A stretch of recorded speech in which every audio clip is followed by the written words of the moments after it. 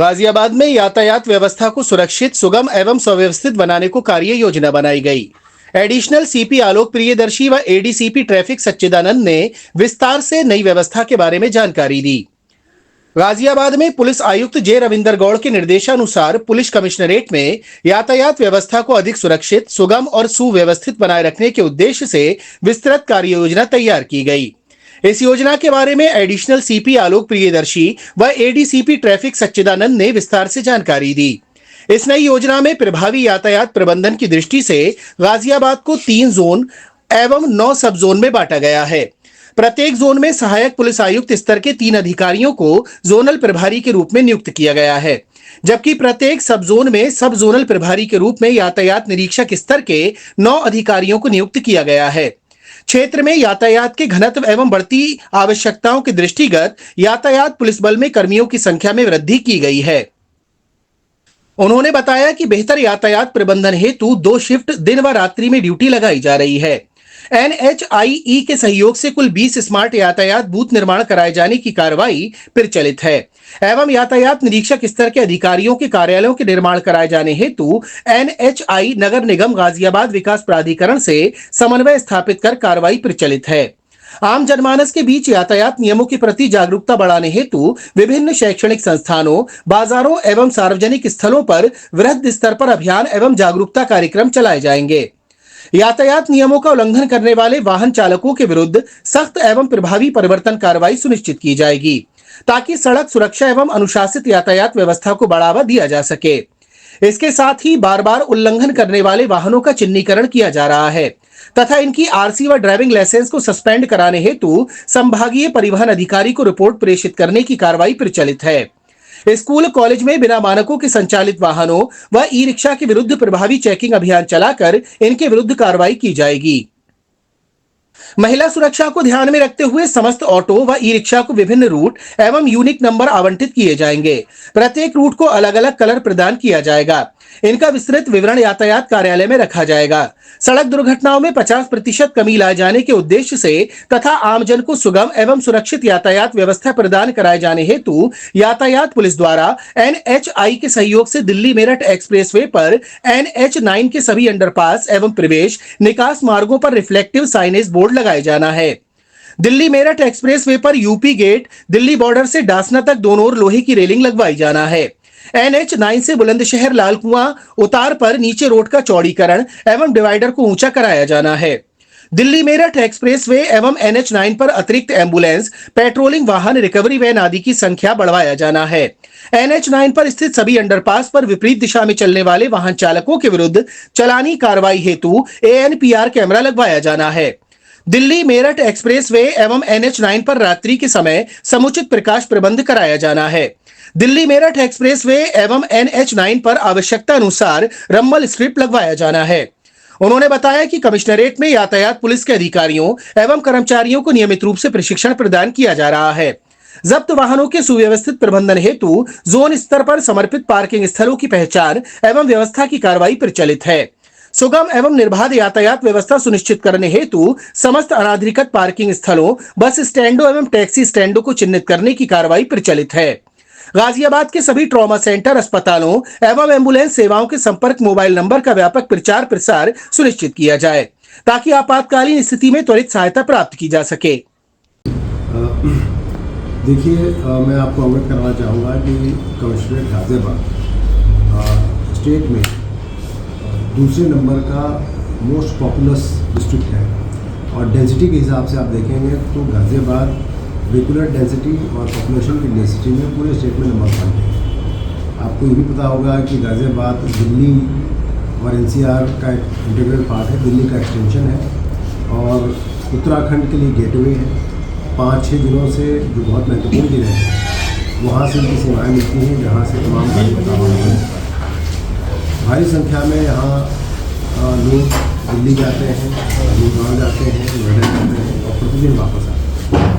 Traffic के इस volume को देखते हुए CP सर के निर्देशन में हमारे एडिशनल DCP साहब ने एक ट्रैफिक विजन प्लान तैयार किया है, जिसके बारे में आज विस्तृत जानकारी देने के लिए मैंने आप लोगों को आमंत्रित किया है। आप सब विदित हैं कि अभी तक पूरे जोन में एक ACP होते थे और पूरा शहर, पूरा जो जनपद था वो 6 जोन में बटा हुआ था। अब मैन पावर बढ़ाते हुए हम लोगों ने पूरे कमिश्नरेट को 3 जोन में बांटा है, जिसमें अब 3 अलग अलग ACP अपने अपने इलाकों को देखेंगे और किसी भी जोन की लंबाई 50-55 किलोमीटर से ज़्यादा की नहीं है, ताकि उसको कायदे से वो मैनेज कर सकें। प्रत्येक जोन में 3 TI दिए गए हैं और उनके नीचे कई TSI दिए गए हैं, जिनका विवरण मैं भी आपको बताऊँगा। आप ये मान के चलिए कि अभी तक पूरे कमिश्नरेट में अब कुल 181 ट्रैफिक पॉइंट्स थे जिनको पुलिस के द्वारा मैन किया जा रहा था, ट्रैफिक पुलिस के द्वारा। अब उनकी संख्या बढ़ा करके 216 अभी की गई है और उस बात पे भी काम चल रहा है कि और भी यदि कुछ संख्या बढ़ानी है और कुछ प्रेशर पॉइंट आइडेंटिफाई किए जा रहे हैं, उनकी संख्या इसमें ऐड की जाएगी तो संख्या और भी बढ़ेगी। मैन पावर भी TSI पहले 86 होते थे, उनको बढ़ा करके 126 कर दिया गया है। हेड कांस्टेबल जो ट्रैफिक के थे पहले 196 थे, अब उनकी संख्या बढ़ाकर 228 कर दी गई है। उसी प्रकार कांस्टेबल 275 से संख्या बढ़ा करके 334 कर दी गई है। इसके अलावा ये भी देखा गया था कि गाज़ियाबाद एक ऐसा व्यस्त शहर है जहाँ अब ट्रैफिक रात भर चलता है। 20 ऐसे पॉइंट भी चिन्हित किए गए हैं जहाँ 24 घंटे की ड्यूटियाँ लगाई जाएंगी, रात्रि में भी ड्यूटियाँ रहेंगी। कुछ पॉइंट्स के नाम मैं बताना चाहूँगा, जैसे लाल कुआं है, कनावनी है, मोहन नगर है, मेरठ तिरहा है, हापुड़ चौराहा है और मॉडल टाउन है। इस तरह के कुछ 20 पॉइंट ऐसे आइडेंटिफाई किए गए हैं जहाँ पे रात्रि में भी ड्यूटियाँ रखेंगी। वीकेंड्स पे ये भी व्यवस्था की जा रही है कि सघन चेकिंग का अभियान चलाया जाए। बैंक्वेट हॉल्स, होटल्स के आसपास ब्रेथ एनालाइजर का इस्तेमाल किया जाए ताकि ड्रंकन ड्राइविंग और उससे रिलेटेड फैटालिटी पे हम लोग कंट्रोल कर सकें। इस सारी व्यवस्था के पीछे जो हमारी आइडियोलॉजी है वो है कि एक्सीडेंट की संख्या को कम किया जाए, हर व्यक्ति निरापद ढंग से अपने घर सही समय पर पहुंच सके, फैटालिटी हम कम कर सकें। हमारा विजन ये है कि अगले 2-3 सालों में हम अपने एक्सीडेंट्स और जो एक्सीडेंट रिलेटेड मृत्यु दर है उसको हम लोग कम से कम 50% पे लेके आए। इसके लिए हम लोग के द्वारा सेव लाइफ फाउंडेशन एक NGO है जो रोड एक्सीडेंट्स पे रिसर्च करती है, उनके साथ कोलैबोरेट किया गया है और कोलैबोरेट करके हम लोगों ने जो हमारा IR का जो डेटा है उसको हमने उनसे शेयर किया है और उसके बाद उनके द्वारा कई ट्रेंड्स ऐसे बताए गए हैं, कई ब्लैक स्पॉट्स ऐसे चिन्हित किए गए हैं, कई टाइमिंग्स ऐसी बताई गई हैं जिसमें एक्सीडेंट्स बहुत ज़्यादा होती हैं। एक्सीडेंट्स किस तरह के गाड़ियों में होती हैं, रियर एंड कॉलिजन होता है या फ्रंट और रियर होता है, या कई बार ऐसा भी देखा गया कि साइड में कोई वाहन खड़ा है उसकी वजह से एक्सीडेंट्स होते हैं।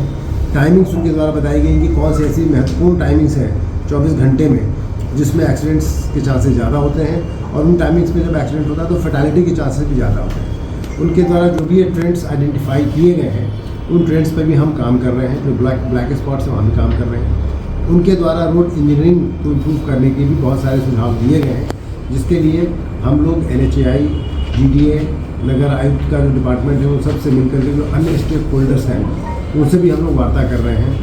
ये भी हमारे विजन का एक पार्ट है कि जो सड़क के किनारे टेम्प्रेरी इंक्रोचमेंट है उसको हटाया जाए।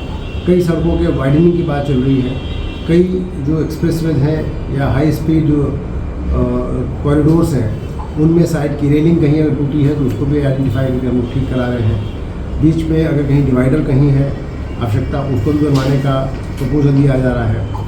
पूरे स्ट्रेच में ANPR कैमराज जो automatic number recognition plate camera जो होते हैं और हाई डेफिनेशन कैमराज उनको भी लगाने का प्रयास किया जा रहा है। ITMS जो ऑलरेडी अफुट है, ITMS की तैयारियां मेरे ख्याल से अगले 2-3 महीनों में कंप्लीट कर ली जाएंगी और उसके तहत जो भी कैमराज लगने हैं उसके लिए बात हो रही है। ये भी तय हो गया है कि ITMS के कंट्रोल रूम का एक हिस्सा हमारे पुलिस ऑफिस में रहेगा ताकि हम लोग उसको वहीं से मॉनिटर कर सकें और मैन पावर का बेहतर इस्तेमाल कर सकें। मैं आपको बताना चाहूँगा कि हम लोग के द्वारा जो पिछले दिनों में इन्फोर्समेंट की कार्रवाई की गई है अब तक वो हम लोगों ने करीब 14 लाख से ज़्यादा चालान किए हैं और इसमें कम से कम 1339 व्हीकल्स इम्पाउंड किए गए हैं, उनका जब्तीकरण किया गया है। इसके अलावा 1000 से ज़्यादा ऐसे केसेस हमने आइडेंटिफाई किए हैं जिसमें हम लोगों ने RTO को चिट्ठी लिखी है। वो ऐसे फिट केसेज हैं जिसमें ड्राइविंग लाइसेंस सस्पेंड हो सकता है, उनका रजिस्ट्रेशन कैंसिल हो सकता है। इस चीज़ को भी परफॉर्म किया जा रहा है। इन्फोर्समेंट के अलावा हम लोगों का अवेयरनेस पर भी बहुत ध्यान है।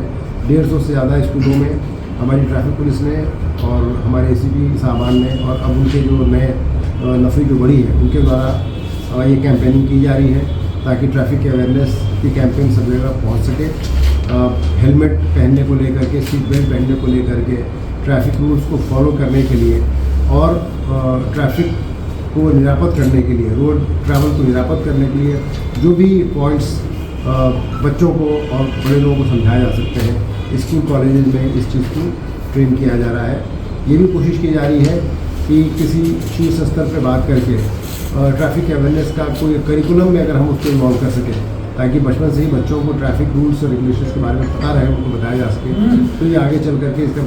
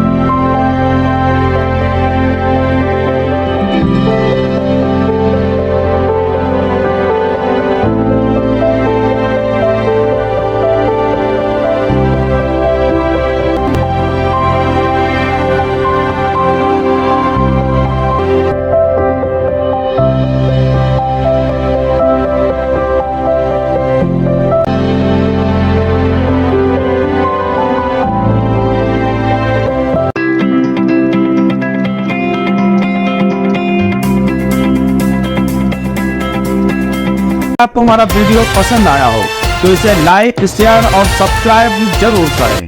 देखते रहिए SKS 24 न्यूज नेटवर्क।